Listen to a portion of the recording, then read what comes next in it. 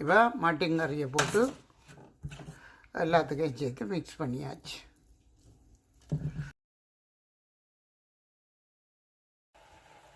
இது வதக்கி போட்டு வடிச்செடுத்த ஆட்டின் இறைச்சிൻ്റെ கொழுப்பு. இப்போ எக்கு முட்டையும் கீரையும் இவ்வளோ வீச்சியும் முதலே வதக்கின வீச்சியும் போட்டுட்டு திரும்ப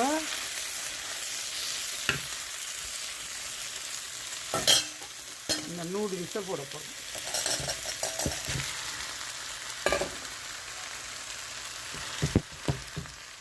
போட்டுட்டு